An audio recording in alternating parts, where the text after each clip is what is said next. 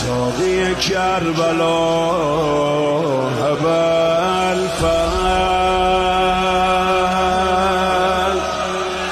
امید خیمه ها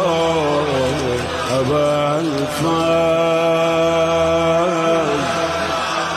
آبروی بنین آینه مرتضی